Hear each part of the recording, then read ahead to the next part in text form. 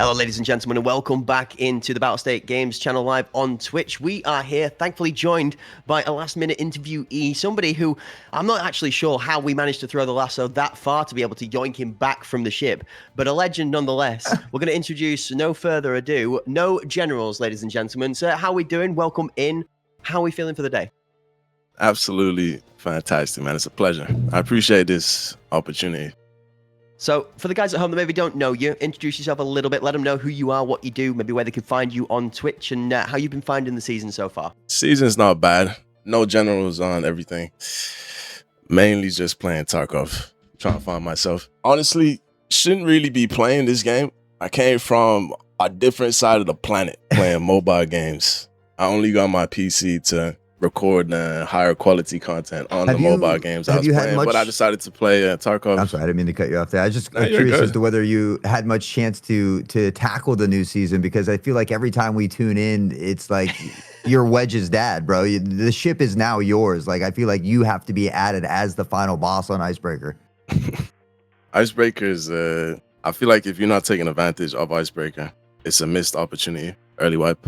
I don't think it's going to be like this next wipe, but I seen the opportunity. I said what I was going to do last wipe because I knew Icebreaker would be in, so I'm just taking advantage of it. Is there a way in your mind that you could, maybe fix this situation or make it not so powerful? I know we've heard you talk a little bit about it on stream. The people of your skill caliber are going to be able to find ways around things no matter what, but in your mind, is there any type of early fix for something like this? I think people have blown it out of proportion with how effective you can get gear out of Icebreaker. You really have to complete the entire map to make profit out of it.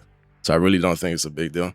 If they are going to nerf it, I think reduce the caliber of bullets that the AI is using. But not everybody's going to be able to unlock. Like, most people are struggling with Icebreaker. I actually think it's spot on. I think there's a level of balance out there that's kind of biased to how much we get exposed to it, right? There's a volume of people that create content that tend to be on the upper levels of skill, so they're able to produce these immaculate runs, or the consistency of runs that you put yourself a guide out there for people to go and try and do it themselves. That it doesn't necessarily take the most exceptional player in the game. Like an average to above average skill level player could produce what you've given them guidance to do on a consistent enough basis for it to be worthwhile. I think we just get to see the top end of it a lot more given the Twitch streams and the exposure. Speaking of Twitch streams and exposure, we try and keep it relatively seasonal sort of stated when it comes to these questions, but I did see a cool off-the-cuff question that was given a little bit earlier on. So we were wondering how you feel about being a top 50 reserve player. It was listed under Samuel BTS, I think that was. Samuel BTA. I love him. There you go.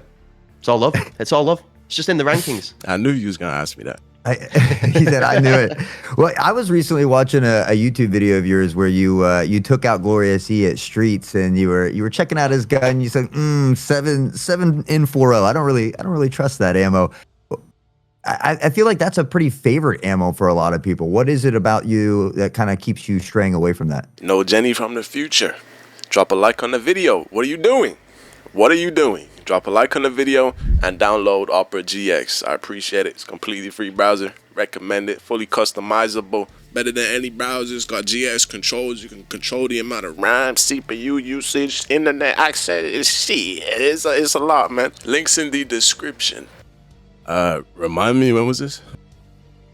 It was like 6 months ago or so. A YouTube video you put out. You kill Glorious E on Streets.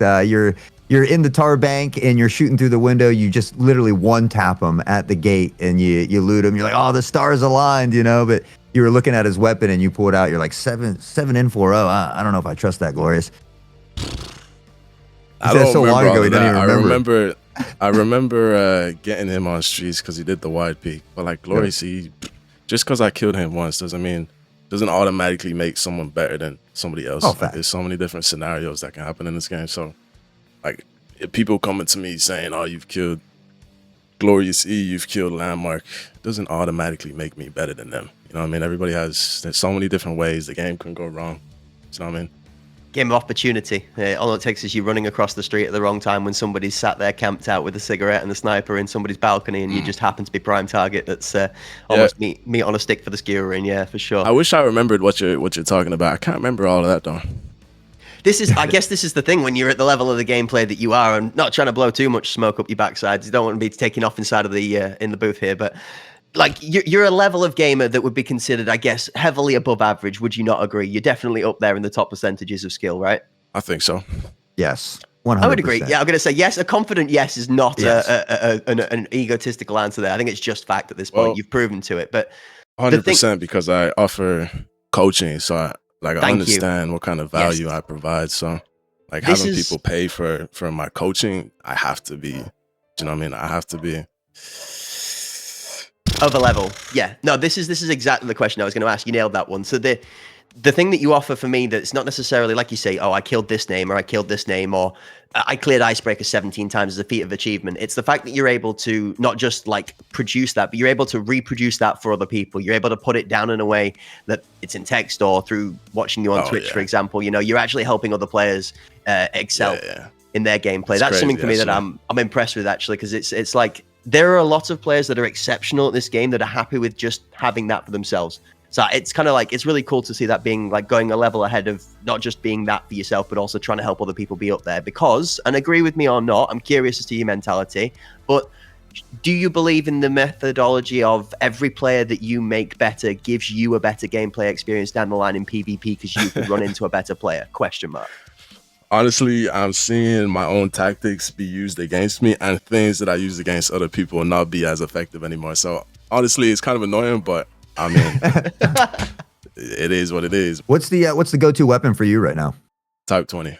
Ooh, everyone's been loving the Type 20. Why not the QBZ? What's the difference? What do you think's the sort of like negatives that don't make that QBZ just as good? Well, the QBZ is nice, but the ammo is not accessible. So yeah, I've been on Icebreaker, so I'm sitting on tens of thousands of rounds of 5.5A1, 9.95, so Type 20.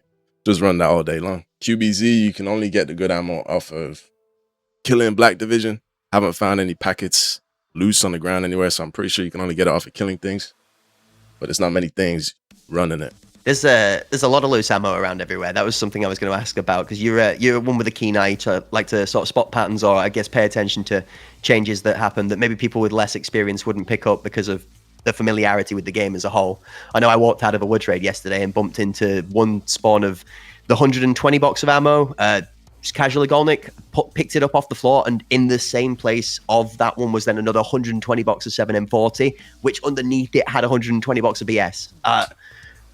Ammo is ridiculously available right now. Woods Reserve, some even places on a couple of other maps.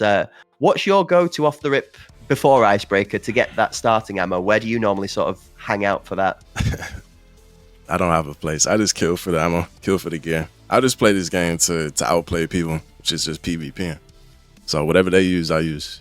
And it just snowballs from there. If there is one change or one addition, something that maybe isn't in the game that you would like to see, or you could add potentially one thing, what would that be? Is this outside of bugs? Yeah, just, you know, nothing that needs fixed, just something that maybe isn't in the game yet that you would like to see there, or... I have so many ideas. I can't really think of anything now, though. I feel like they've been adding a lot of good things to the game, but with the amount of bugs in it, it overshadows the new features that they're adding. Just for me personally. So honestly, I'd rather see them fix a lot of current things in the game. I wouldn't really add anything. The game's in a good spot, minus the glitches, the bugs. But like my perspective is a little bit different. Honest viewpoint, like I said, I play this game to outplay, so I'm noticing a lot of these little details that other people wouldn't really notice. Do you know what I mean? So if I'm hearing something that's out of tune, doesn't make sense, or something like a shot or two doesn't land where it's supposed to land, I'm the type of guy to notice that. How have you found the meds? Because that's one of them, and like honesty is the best policy. I respect a fair viewpoint on that one. Like there are things that people want to look at. There's the Phantom first healing animation at the moment. I think is one that's going to particularly be hampering maybe you more than other players in the sense of the active PvP, right? The things that get exasperated when you're constantly trying to fight people, things that you see probably more of, right? That's why you recognize them. You're saying you get more noticeable from a vast amount of playtime. Regardless of the bugs and bits and bobs that come alongside of it, seasonal perks and the modifiers themselves, have you found any one of the seasonal modifiers that you found's been like the most impactful for you? One that you particularly dislike or like? Yeah, it's something to do with your strength and stamina. Marathon runner is very good. It's very good. I Okay. notice a lot of the times when I'm bouncing around location to location, I'd run out of stamina halfway through. It's a lot less common now. I'm able to make that full run across, so you're not exposed as much. So if I was to recommend a perk, it would be Marathon Runner.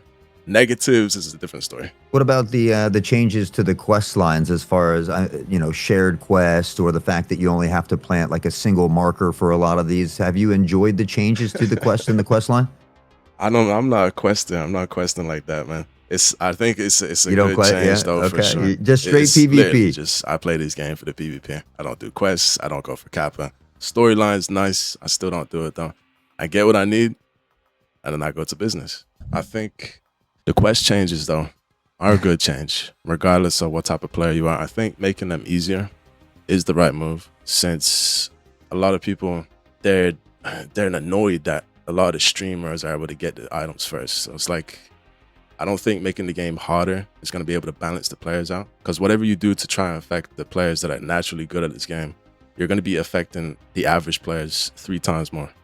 So I think making it easier, making the ammo easier, more accessible, the gear more accessible, is going to be more impactful to most of the player base. So I don't mind making the quest easier. I think it's a good change. I think it's interesting as well, because how many years this game's been out? The quest line's been the same. Yeah, I mean, valid and almost to the point, in the sense where we had a bit of a culture shock where 1.0 got released and the starting few quests was essentially shattered into the abyss, because now you had to go and diddle about with the tour and go and get yourself on a merry journey to go and unlock all the maps before you could start doing the, okay, now I'll go get Jaeger's Note, and the standard procedure of what was kind of known, I guess, as the flow. For me, when it comes to your perspective on looking at maps and the potential that they have in the future, it's nice, as somebody who falls in line with a lot of arena stuff. Obviously, myself and Hot Sauce cast the arena tournaments, as just very heavily PvP oriented, shock horror for a 5v5 arena shooter. Looking at base game when it comes to like Terminal, Labyrinth, and Icebreaker, what are your thoughts on having those maps being open to PvP? Just having them open maybe in a different version without the PvE there, where they could be made PvP maps. And more specifically with the Labyrinth, somebody spoke to us about the transit to the location and having it available as a 2-click option from the map. So I guess like a double barrel question, PvP on the 3 maps as a whole, and then your thoughts on being able to go to Labyrinth directly would encourage maybe more PvP on that map, question mark. I think Labyrinth making it accessible directly through the menus makes sense. Icebreaker is accessible. Labyrinth, they would have to add some sort of storyline to make it unlockable though. I think just the same route they're doing with Icebreaker would be the good next step. Labyrinth is a good map. Having PvP on Icebreaker, that's gonna be brutal, honestly. Oh yeah. Unless they make some changes to the layout, it's definitely gonna be interesting, to be honest. I'd love to see what that looks like, but there would have to be some changes to the map for sure. Someone in chat had asked, is there any change that could come in the game that would make you focus on something else other than PvP, or is that just what we live for? That's a good question. That's a good question. If I was to play this game for something else, it would have to be pretty orientated to what I want. But that's kind of selfish. So realistically, these games, like it's not gonna be at a point where I'm gonna be giving up PvP. Just the quest. The quests are gonna have to give you some crazy advantages. Like, because you're not gonna care about aesthetics, right? Say we gave you, like, let's say just a particular outfit for whatever reason really just appealed to your liking. Is that something that gets you? Do you care for drip? Like, is that a thing? Like you said, you're there for the PvP, so I'm wondering, do you really care too much about your achievements either? We had a couple of different interviews who said, some have been like, yeah, I hunt achievements. John B. Beta, who came on previously, he was like, I don't care. Like, I couldn't give a monkey's about the achievements. I just play the game for fun. So what does that look like for you? I'm in the same boat as him, man. I don't give a shit about achievements, statistics, outfits, quest line, storyline. I just play it to have fun. My fun is PvP. What reward? That's the thing for me. If you're tough. about the PvP, It'll be tough. You'd normally put like a drip reward in there. You'd be like, okay, I want to look like I'm the guy that slays everybody. If that's not something that grabs you, it's like, what quest reward could you put in there? Because you mentioned like stats or perks, something that gives you an advantage in the PvP, right? That's the real. It would have to be something very powerful. Yeah, like Yeah. I'm analyzing all Ooh. aspects. Like you're looking at outfits. What's the one that would look the scariest for you to wear? But I'm looking at the Timmy clothes, so people can push me and play more confident. You know what I mean? So I'm okay. Okay, let the guard down a bit and be like, okay, he's going all the way around it. We're all analytic in this bish, right? Okay, huh? Well, I know you do a lot of coaching. What do you play this game for then? Me? Oh man, you're gonna hate this. Such a cringe answer. I play this game for seeing other people succeed. I've played thousands, tens of thousands of hours of this game, and I love the game for what it is. But for me, it's seeing people going and playing against content that they consider hard. Me being able to help them, like maybe try it from a different approach, a different viewpoint, or help them to be able to get it done. And then seeing them, like I've taken people to clear Icebreaker that have been PvE mains. That have, they've played PvE their whole life, and they've gone and done some of it on PvP or done some in seasonal now. And it's like that achievement's great for me. So I like to see other people do well. Okay. Questing's good for me. Some people, I I'm honest, bro. I'll tell you what it is. Like, some people struggle to get the pocket watch from the bronze pocket watch location, dude. And like, as crazy as that sounds, watching a 10-hour player actually make it through there and kill his first player who's got like a tech on, but like, do you remember NoGenerals? I know it might be a long time ago, but do you remember the first time you opened a character and every slot was black and white stripes and you had to inspect everything? Yeah. That experience watching that from some people is glory, mate. That's cinema. That is absolute cinema. As long as you're having fun, man. You chilling. But that's the. I don't believe you though. I think you're gonna be one tapping the people trying to open that truck for the pocket watches. Let's be honest. He said, I don't believe you. Have you been catching some of my arena clips on my DVR? I'll tell you something. You get me on arena, I'm all up your alley. I tell me, and Source will probably say this. Hopefully a couple of guys across the arena will say the same thing. I consider myself all right at arena. I'll bring my DVR out. I'll go slaying. And I don't shy away from PvP and Tarkov, but I do like the lore. I think the game itself is very intriguing. I like the stuff from Icebreaker and all the bits and bobs that go alongside of it. So, yeah story nerd. I can see why the storyline is good, why people play it for the storyline. As long as you're having fun, man. Did you have a particular story chapter that you enjoyed the most? Was one that was great for you? I haven't played a lot of the storyline, to be honest with you. I do think the Icebreaker storyline, though, would be the best. You'd be playing it for the reward most of the time. So I think unlocking Icebreakers, you're going to be smiling all the way through that quest line.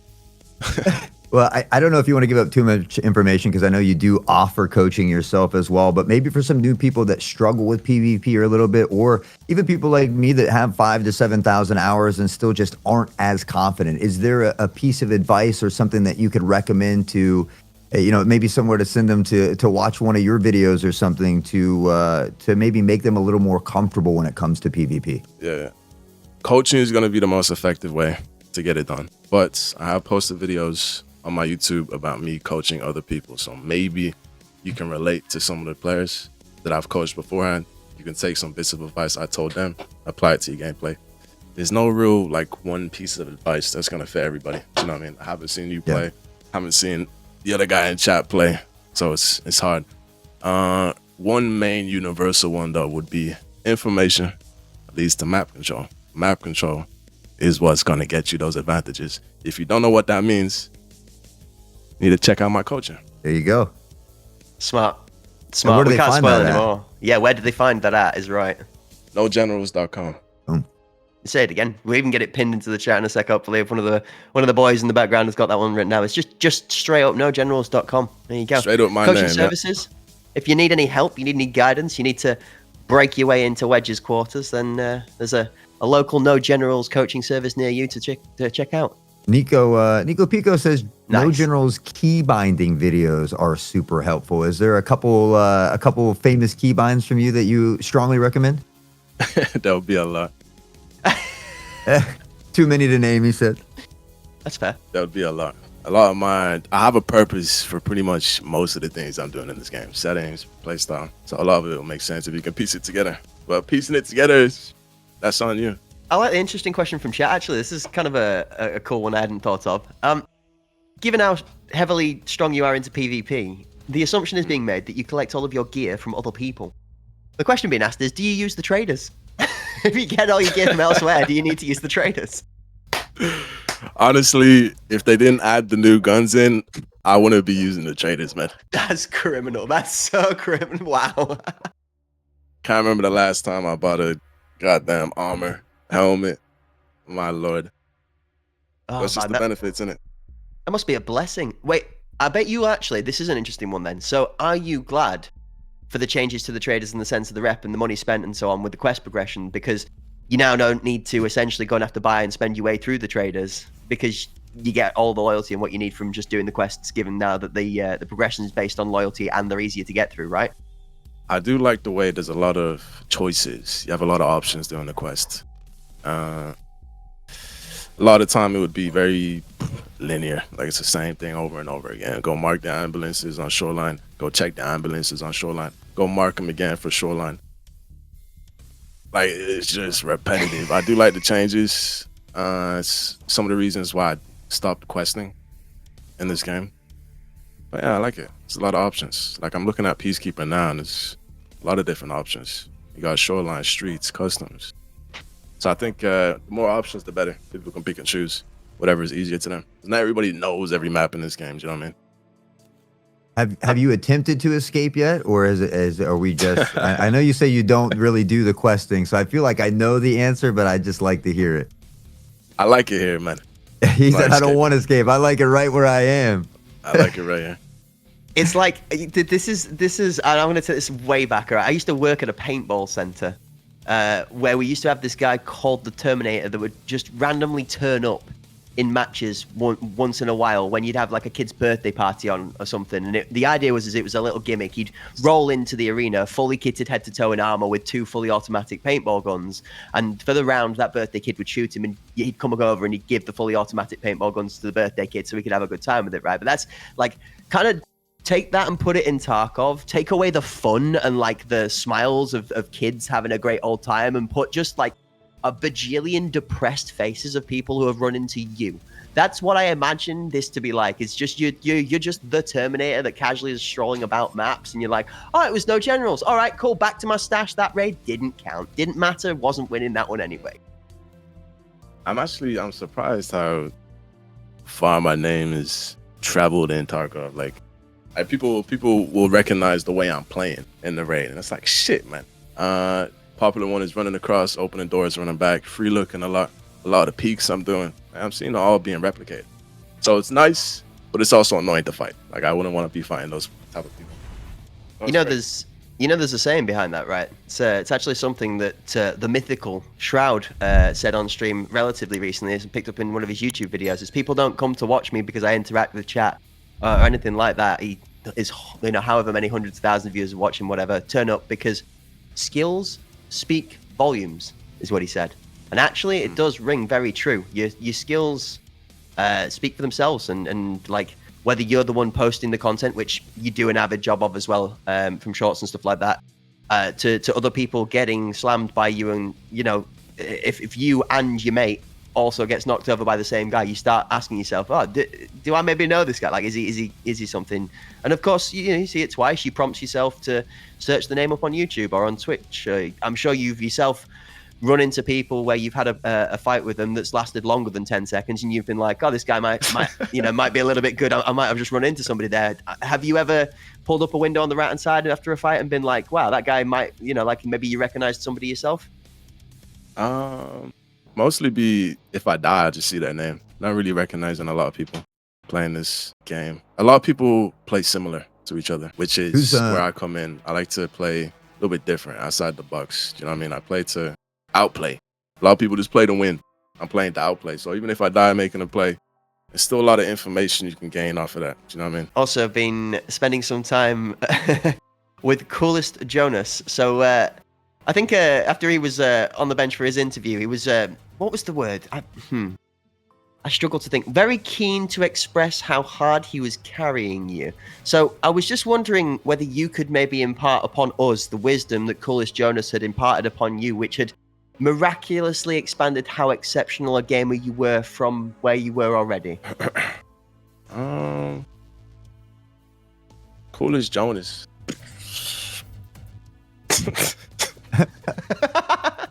He said, you who's remember that? Coolest Jonas, right? He said, who is that? Of course I know, man. Of course I know.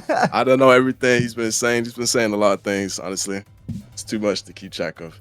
But yeah, if you're saying I'm a better player because of playing with him, then more power to him, man. More power to him. I think Coolest Jonas would tell a wooden tree that it was made out of chalk if it was given a good opportunity to make a comedic effect from it. Bless him, was Jonas's. I think he would tell the tree that he's 1v1 me. Yeah. Oh, yeah. And then the rest, including pinning you off 3 times before that day, probably as well. But Jonas is a big giggle bot, and the thing I think that separates the clowns from the clouds is those that have the skill level to be able to reach it and get there. So jokes aside, I know you have been playing with him. What was it that you guys were working with? Was it icebreaker runs? Were you just bumping into each other after one raid and you played a few, or what was that encounter like? I ran into him on streets, killed him, seen the name because he's got the same dog tag. Gotcha. His Twitch, and then we ended up teaming up. And then after that, we kind of just played a couple random times together. Honestly, the raids with him, I like the stupidest raids I've ever played in my life, man. Like the type of shit he would run in front of my gun as I'm shooting somebody else, save the enemy's life, run in front of me, I'll kill him, and then I die to the enemy. Strangest raids with him. I think that's kind of what's I enjoyable love about it, it, right? He's such a I clown. love it, He's the I best love kind of clown, though. Yeah. Have you dabbled in arena much since you love PvP? Have you considered even, competing in something like that competitively, or is that something that interests you in any way? I'm pretty sure I played a premier tournament in arena. I was teamed up with John B, friendly guy, etc. Ended up taking first place home. That's the only tournament I've played on arena. So it's fun, but arena is similar to labs. It's like you're not thinking playing the map. Like I said, I play the game to outplay. I'm not running around taking 50-50 fights. A lot of people can aim in this game. First to hit the headshot, I'm not really into that. I played outplay. So arena, it's not in that category. Labs, Gotcha. It's pretty much in the same category as arena. I think arena went downhill when they took away inertia. I think it's a lot more skillful when inertia is embedded into the game. Interesting follow-up question. I don't know if you've caught a whiff of bits and bobs been teased from the arena stuff, but how does the idea of economy ride with you for arena? Is that going to encourage you to maybe have a look again? Honestly, the battle pass announcement that's come out on the Tarkov TV, it's looking pretty nice. I think it's worth leveling up your ref. Okay. Just to get that gear unlocked. So I think it's pretty good. The battle pass now, I think it's still worth doing. It's still available, right? Current battle pass. Yeah, absolutely. Yeah.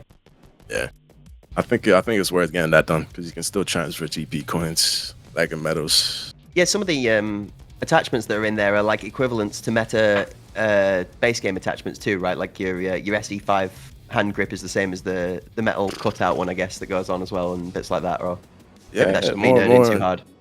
More availability. I think the stocks really stood out to me. Like it's just immediate plus 20 ergo for that.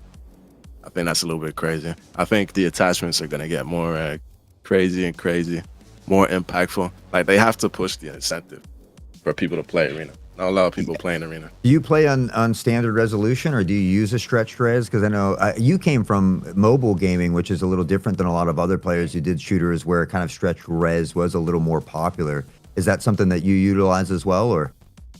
No, I play 16:9 because I'm streaming. If I wasn't streaming, I'd probably play 16:10, maybe.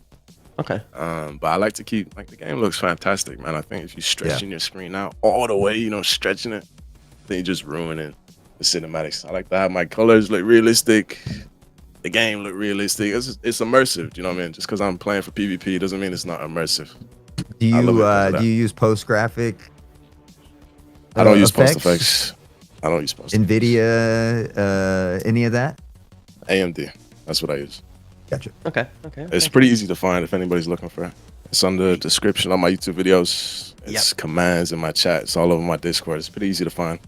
Okay. Nice and simple. Honestly, it's sometimes I think you can overcomplicate these things, right? There's just all these like up, down, gamma, white, delta, chrome, Z, yellows. Like, okay, man, I don't need a calculator and a protractor. Like you can probably get better visibility with somebody else's settings because I haven't tuned my settings for that. I like to keep it realistic. But my settings are there. It's all there. It's easy to find. I'm gonna say for some of us that are a little bit like, I don't know, older or less skilled than yourself, somebody who needs glasses like me, the 4-3 stretch res is kind of like it's a handicap balancer, right? You get me? That puts me back on a level where I'm able to see people at 10 paces, and What? yeah, nah, it's I crazy. think just lower your FOV, man. You're chilling.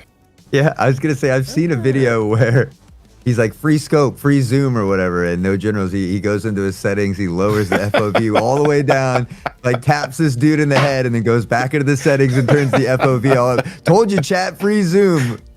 It's funny that you say that because it just sparked that memory in my mind. Yeah, that's probably the nerdiest shit I've done in the game.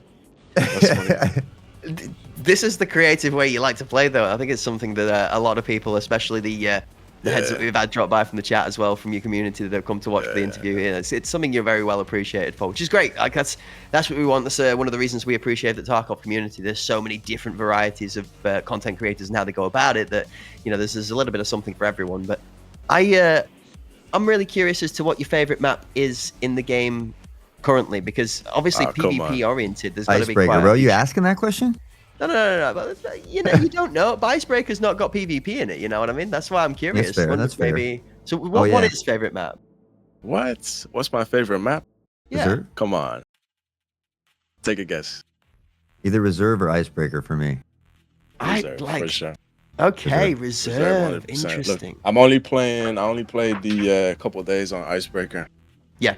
Because it's the fastest way to get gear. Either I do this or I quest. Means to an end. Get up. Gotcha. Yeah, it's the quickest way. Either I quest for a couple of days, because people are not gonna have good gear, so there's no point PvPing just to collect their tier 4s or whatever, tier 3s.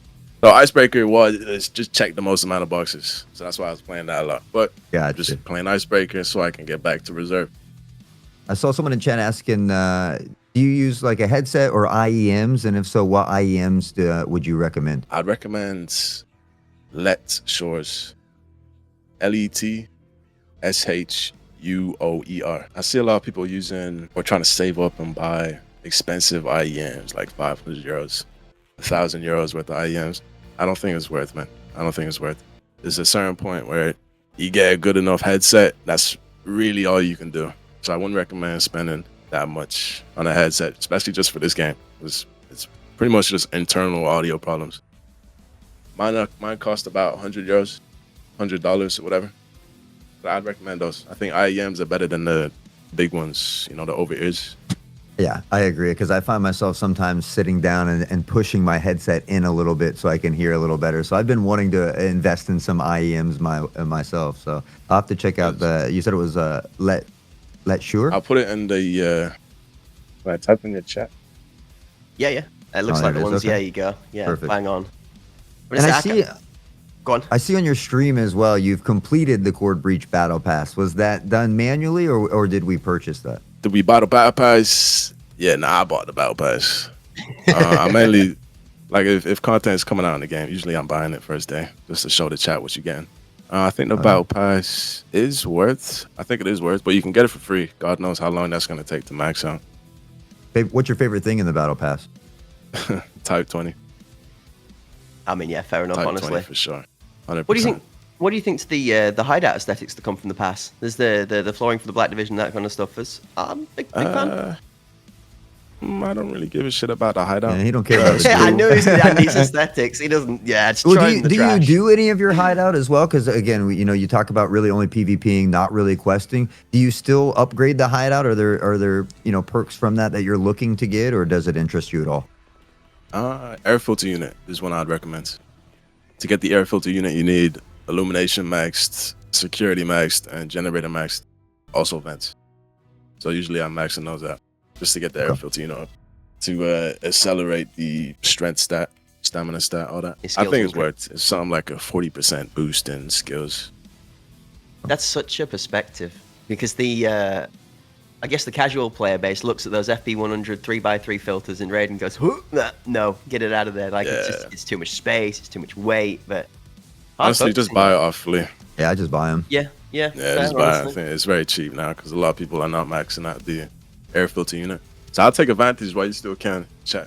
How far of a gap do you think you put between yourself and other PMCs that don't PvP max off the rip? Like, let's say day 1 to day 4.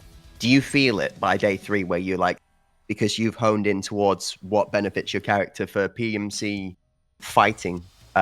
You'll run into people that run out of stamina, I guess, more often, or you can tell by like the recoil controls just all over the place. You end up winning gunfights. Is that something you recognize quite early on? The gap depends. Gap depends. Oh, sorry. All good. Could you ask me that again? Sorry.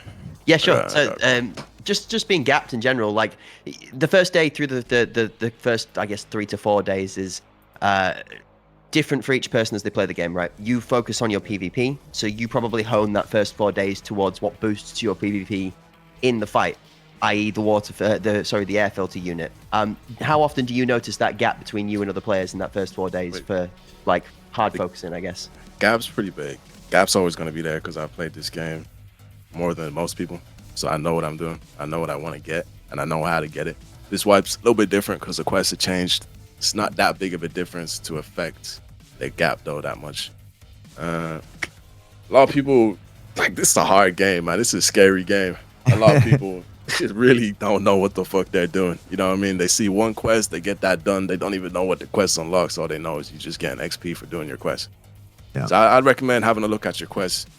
Figure out what you want to get. The Tarkov wiki, have a look at that. Google what type of items look nice to you, what type of items you use a lot. Figure out what unlocks that item, and then you can dial it back down to the quest so you can figure out what you want to do.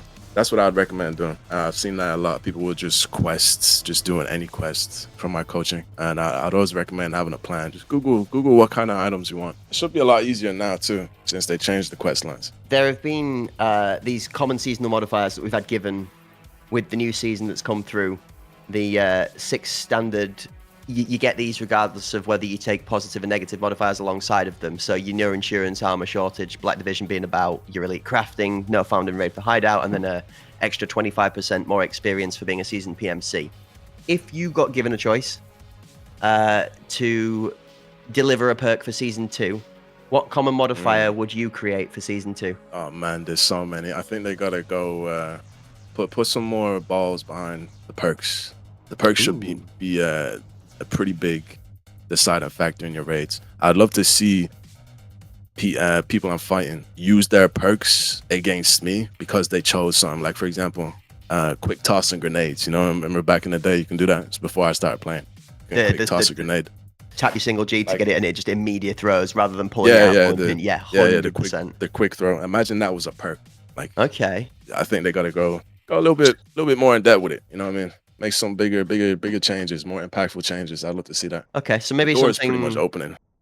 I guess like Swift Hands, you'd benefit from something where your PMC goes for pocket actions like 15 to 20% quicker. So pulling and throwing a grenade, being able to swap from your gun, reloading as well, maybe being buffed from that kind of thing. Something that enables you PMC wise to be more lethal quicker.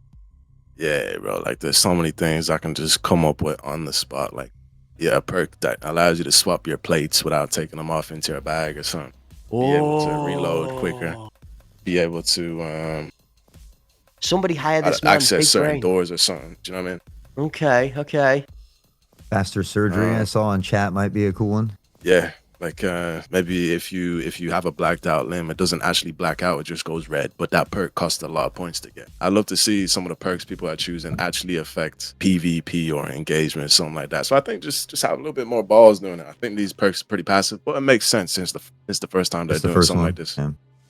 Yeah.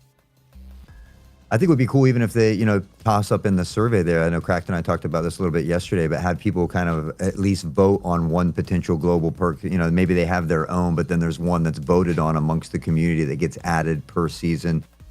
As far as the core breach season, is that something, I know you don't play PvE, but we see a lot of people asking for that in PvE.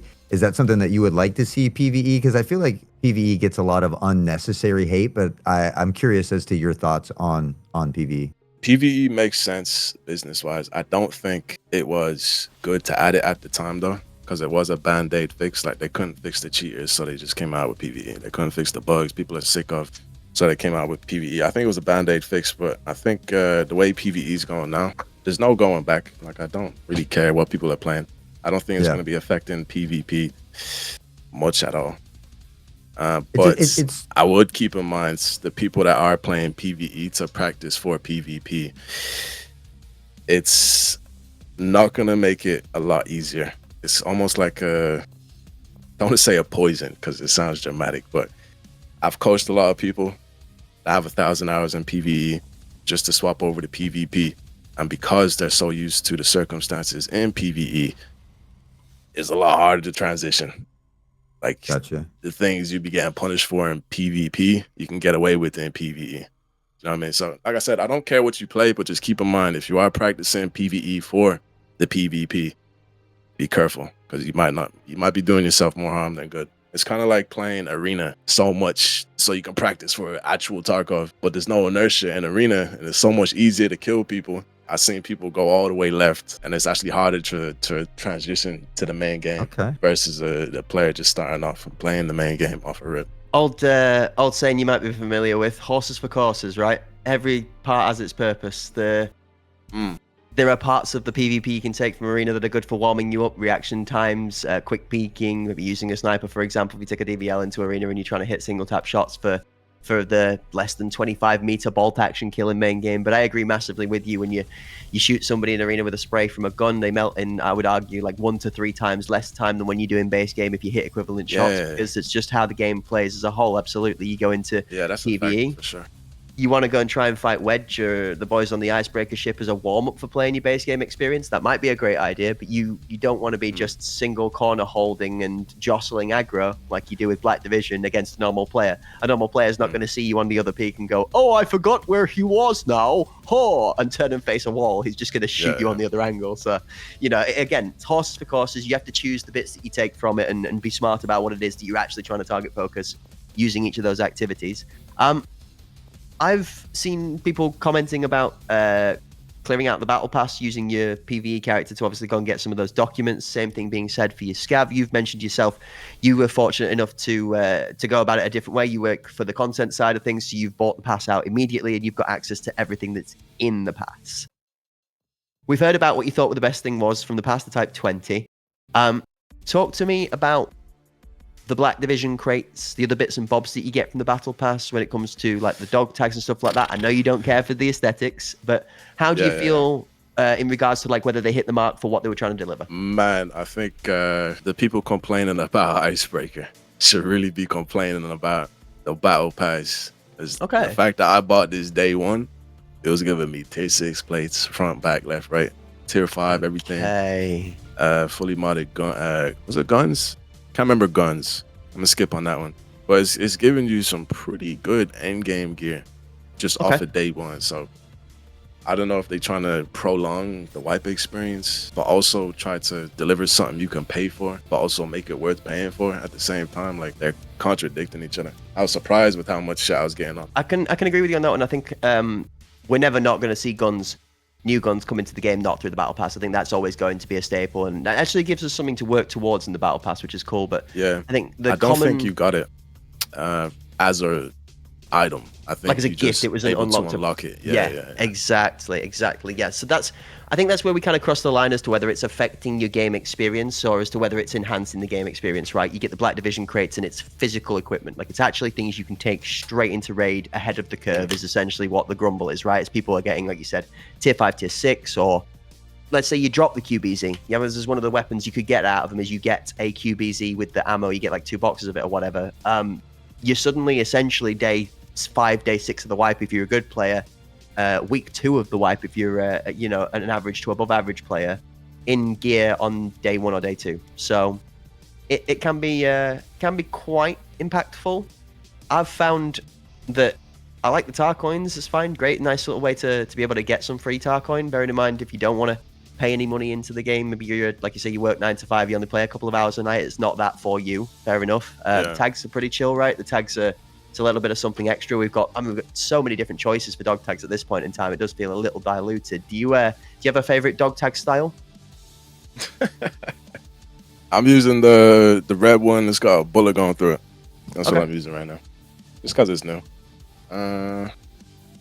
Favorite dog tag. I gotta know where you're getting all the cases. What's your favorite dog tag? Oh, you on my stream? Oh yeah. I'm buying the cases off from Dog Teach Me. He's seeing my stream, all the item cases. Well, What do you think he's going I'm to keep all getting the so gear he much. gets? Yeah, exactly. I needed to spend all my money on item cases just so I can Is organize it full my of stash. ammo? Is it full of 995 It's and full of 5581? Black Division gear. It's all just Black Division gear. Okay. 'Cause the armor is Yeah. so big. We got to tune into you the other day, and it was just the backpacks full of just so much good ammo, and we just saw you juggling backpack after backpack off the edge and nonchalantly doing it. We're like, man, how many backpacks full of stuff is he going to be able to finagle and get out of here? So, I mean, were you a Tetris master prior to this, or? No, actually, I used to suck at Tetris. I used to watch Landmark play this game, and he would be organized on a loop so quick, like rotating items, putting over there on the left, another one on the right, big item, make space for it. I'm like, what the fuck? And I was so slow doing it. But now I'm at the point where I'm like, I don't think anybody's quicker than me doing this shit, man. It's second nature. My stash is so bad. So I know you said you played mobile games. I'm just curious, what were the big games that you were into prior to Tarkov, and then what was it that drew you to Tarkov and then ultimately kind of kept you here? Funny enough, I used to play extraction shooters on mobile. That's what I was into before Tarkov.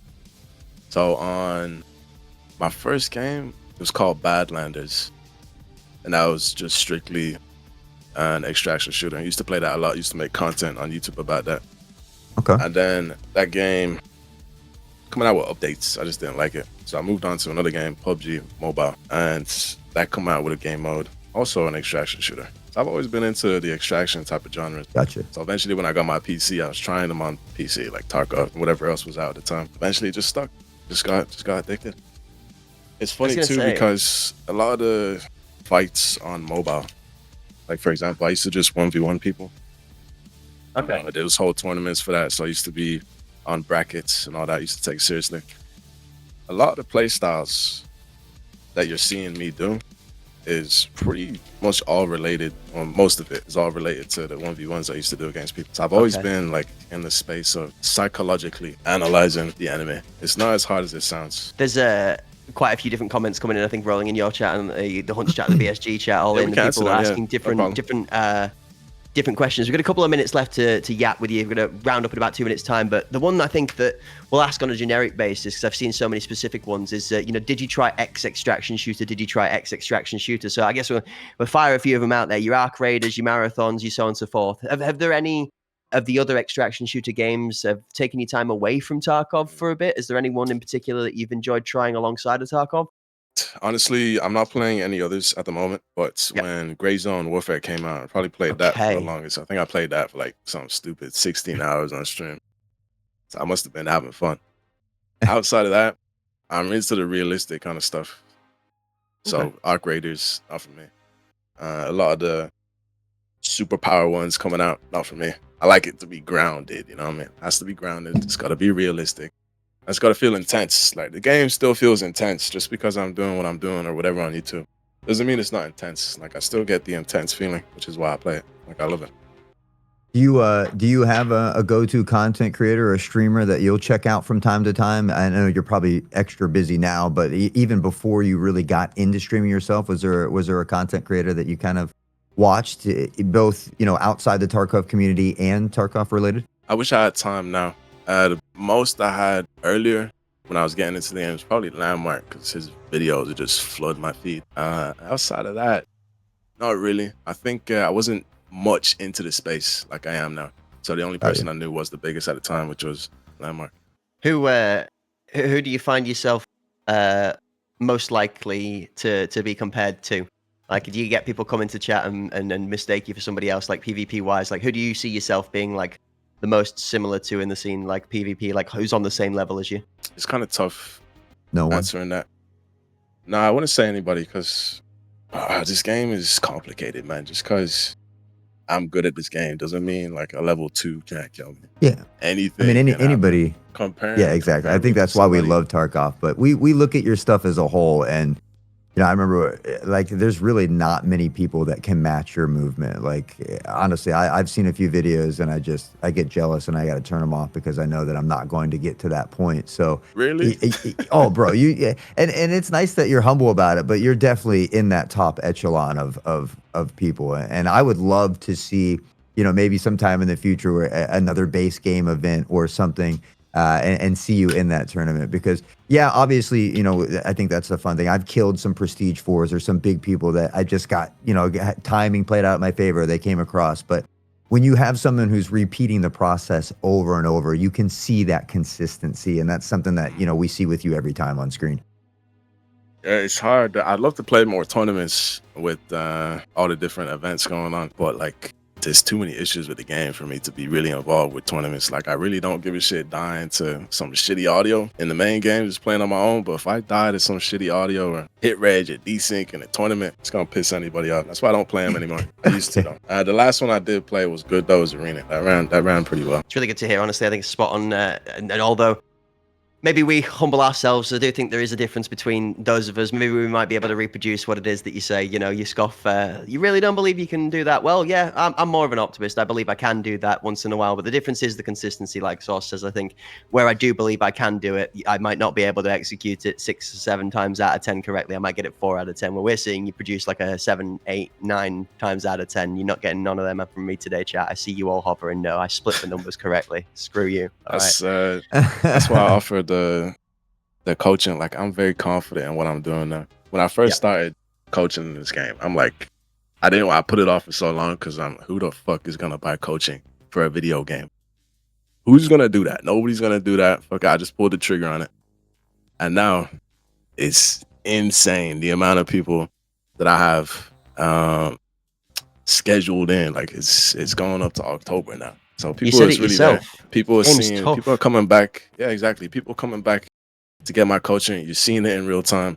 That's why you're seeing a lot of people running around and doing a bunch of crazy shit that works. Like, the players are just gonna get harder and harder and harder. I'm very confident in what I'm doing. That's why I offer what I offer. That's why I say what I say on the streams. That's why I put the videos out on the YouTube with the mental notes and all that, the little shorts analyzing what I'm doing. That's why I break down viewers' clips. So there you go, ladies and gentlemen.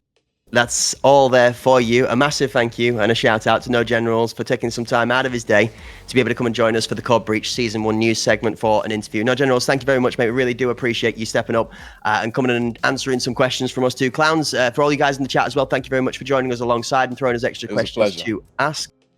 Folks, we're going to round this one up real quickly and let NoGenerals go and get on with his day, because I'm sure he's got many things to attend to. So bear with us. We're going to be right back for all of 2 minutes. Send the man, the myth, and the legend off on his journeys. And then we'll be right back with you to count you down and send you off on your journey for the drops for the days. NoGenerals, thank you one final time for joining us here today. Folks, if you need to find NoGenerals, nogenerals.com. for the coaching assistance. And of course, on Twitch, it's all NoGenerals. Anyway, you need to find him, slap the name in, the guy that's iconic for a reason. Again, thank you very much for being here. We'll see you all in 2. Love, brother.